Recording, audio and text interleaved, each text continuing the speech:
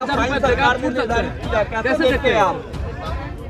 2 से 5 हजार बस। अब देखिए, हमको तो इस पे कुछ कहना नहीं। संशोधन तभी होता है जब कानून जो है सफल नहीं। प्लस आप देखिएगा, बिहार के लोग यूक्रेन में भी तो फंसते हैं। वहाँ क्यों गए थे लोग?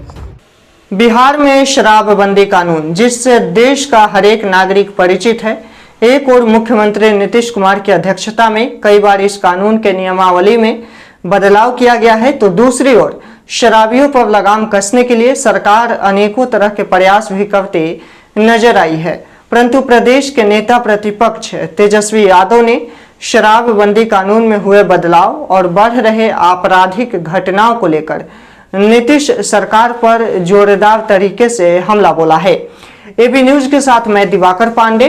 दरअसल नीतीश कैबिनेट में शराबबंदी को लेकर एक अहम निर्णय लिया गया है, जिसमें कहा गया है कि अगर कोई पहली दफे शराब पीकर पकड़े जाएंगे तो सिर्फ 2 से 5 हजार रुपए जुर्माना देकर छूट जाएंगे। जिसके बाद नीतीश कुमार के इस फैसले पर नेता प्रतिपक्ष तेजस्वी यादव ने कहा कि जब कोई कानून सफलतापूर्वक लागू नहीं होता है तब उस कानून में संशोधन कर दिया जाता है। शराबबंदी कानून में तो बार बार संशोधन होता रहा है। नीतीश जी बिहार को नशा मुक्त करने और शराबबंदी लागू करने में फेल रहे हैं। दूसरी ओर बिहार में बढ़ते अपराध को लेकर तेजस्वी यादव ने कहा कि जब राज्य का मुख्यमंत्री ही सुरक्षित नहीं है तो दूसरों की क्या बात करें। ऐसी घटना पहले बिहार में किसी मुख्यमंत्री के साथ नहीं हुई थी। इस मामले में अभी तक किसी भी अधिकारी पर कार्रवाई नहीं हुई है।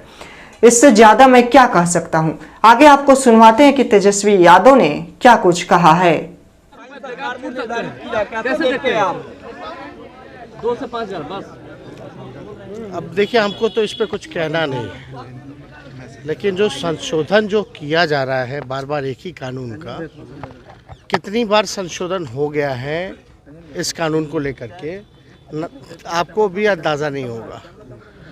काफ़ी बार इस कानून को लेकर के संशोधन किया गया है, और संशोधन तभी होता है जब कानून जो है सफल नहीं होता। यानी सरकार जो है स्वयं स्वीकारती है कि इनका जो कानून है वो पूरी तरीके से फ्लॉप रहा। नीतीश कुमार जी नशा मुक्ति करने में, शराबबंदी में फेल रहे, और ये तो प्रशासन, पुलिस और नीतीश जी का फेलियर है कि शराबबंदी के बाद भी जहरीली शराब, बाहर से शराब आता है और सैकड़ों की संख्या में अलग अलग जगह लोग मारे जाते हैं। तो अब ये कानून क्या ला रहे हैं, नहीं ला रहे, इसमें लोगों को उलझा रखा है। हमको इस पर कोई टिप्पा टिप्पणी नहीं करना। ये प्रशासन की ड्यूटी थी कि कोई कानून अगर बनाया गया है तो उसका पालन कराया जाए। कल बिहार में भी AK-47 चला है। कल बिहार में भी AK-47 चला है। नीतीश कुमार को दिन में ही उम्मीदवार पे मोटरसाइकिल चला है। कल नीतीश कुमार कहते कुछ लोग तो गड़बड़ करते हैं, पुलिस उन पर कार्रवाई करती है। अब मुख्यमंत्री पर जब हमला हुआ, कहाँ कुछ लोग कर पाते हैं? ये तो ऐसा रेयर ही केस होता है।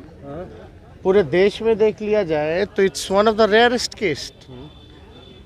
ऐसी घटना तो पहले बिहार में किसी भी मुख्यमंत्री के साथ नहीं हुई।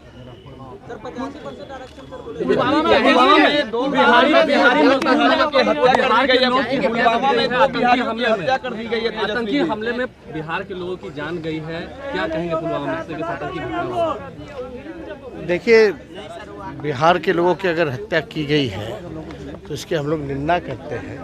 बिहार के लोग पलायन करते हैं, मजदूरी के लिए बाहर जाते हैं, पढ़ाई के लिए बाहर जाते हैं, और वहाँ अब तो आप लोग सब लोग जान रहे हैं कि वहाँ की जो स्थिति है वो पूरी तरीके से केंद्र के हवाले है। और इसको लेकर के अगर कोई आतंकवादी घटना में अगर कोई हुई है तो इस पर तो सरकार कार्रवाई करनी चाहिए कि आगे दोबारा ना हो। एक सुरक्षित माहौल जो है वो बनाना चाहिए, वहाँ के लोकल लोगों को कॉन्फिडेंस में लेकर के। प्लस आप देखिएगा, बिहार के लोग यूक्रेन में भी तो फंसते हैं। वहाँ क्यों गए थे लोग?